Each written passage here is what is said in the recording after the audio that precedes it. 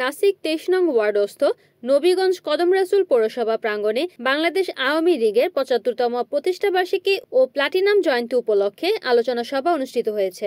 নাসিক ২৩ নং ওয়ার্ড আওয়ামী লীগের সভাপতি মাহবুবুর রহমান কমলের সভাপতিত্বে এবং সাধারণ সম্পাদক মোহাম্মদ মশিউর রহমানের সঞ্চালনায় উক্ত অনুষ্ঠানে প্রধান অতিথি হিসেবে বক্তব্য রাখেন নারায়ণগঞ্জ মহানগর আওয়ামী লীগের সভাপতি মোহাম্মদ আনোয়ার হোসেন। অনুষ্ঠানের প্রধান বক্তা হিসেবে বক্তব্য রাখেন নারায়ণগঞ্জ মহানগর আওয়ামী লীগের সাধারণ সম্পাদক অ্যাডভোকেট খোকন সাহা, নারায়ণগঞ্জ মহানগর আওয়ামী লীগের যুগ্ম সাধারণ সম্পাদক জিএম আরমান। অনুষ্ঠানে আরও উপস্থিত ছিলেন নারায়ণগঞ্জ মহানগর আওয়ামী লীগের সাংগঠনিক সম্পাদক অ্যাডভোকেট মাহমুদা মালা, সহসভাপতি হান্নান আহমেদ দুলাল, যুব ও ক্রীড়া বিষয়ক সম্পাদক হুমায়ুন কবির মৃধা, বন্দর থানা আওয়ামী লীগের সাধারণ সম্পাদক পদপ্রার্থী মোহাম্মদ খান মাসুদ, ২৪ নং ওয়ার্ড আওয়ামী লীগের সভাপতি মোহাম্মদ বুলবুল ও সাধারণ সম্পাদক ফারুক হাসান জনি, নাসিক ২৩ নং ওয়ার্ড আওয়ামী লীগের যুগ্ম সাধারণ সম্পাদক মোহাম্মদ সুরুজ ও সদস্য মোহাম্মদ মাইকেল বাবু সহ আরও উপস্থিত ছিলেন ৯টি ওয়ার্ডের নেতাকর্মীরা।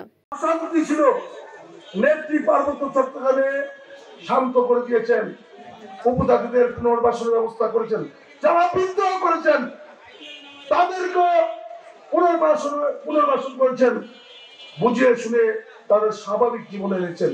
দেখেন রোহিঙ্গা কত ডিস্টার্ব করতেছেন, একটু জানতেন এই রোহিঙ্গারা একসময় ঝামেলা করবেন, তারপরও উনি লক্ষ লক্ষ রোহিঙ্গাকে বাংলাদেশে আশ্রয় দিয়েছেন।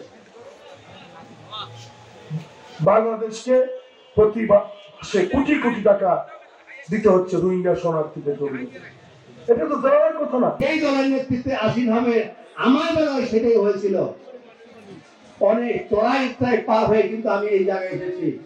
নারায়ণগঞ্জে কেউ আমাকে নেতা বানাই যায় নাই, আমার নিজের প্রচেষ্টায় শেখ হাসিনার আদরের সে কিন্তু আমি এই জায়গায় চলে এসেছি। আওয়ামী লীগের প্রতিষ্ঠা লগ্নে অনেক নেতা আমাদের কাছে চলে গেছেন। আজকে তাদের সহযোগে আমি রাজনীতি করেছিলাম। এক সময় একেএম শামসুজ্জোহার শান্তিতে থেকে আমি রাজনীতি করতাম। তুলামপুরা ছাত্র সমাজের সাধারণ সম্পাদক নির্বাচনে আমাকে যখন মনোনয়ন দিয়েছিল, অনেক ষড়যন্ত্রকারীরা এই আমার বিরুদ্ধে ষড়যন্ত্র করেছিল। রিপোর্ট করেছেন মেহেদী হাসান প্রান্ত, NN টিভি, নারায়ণগঞ্জ।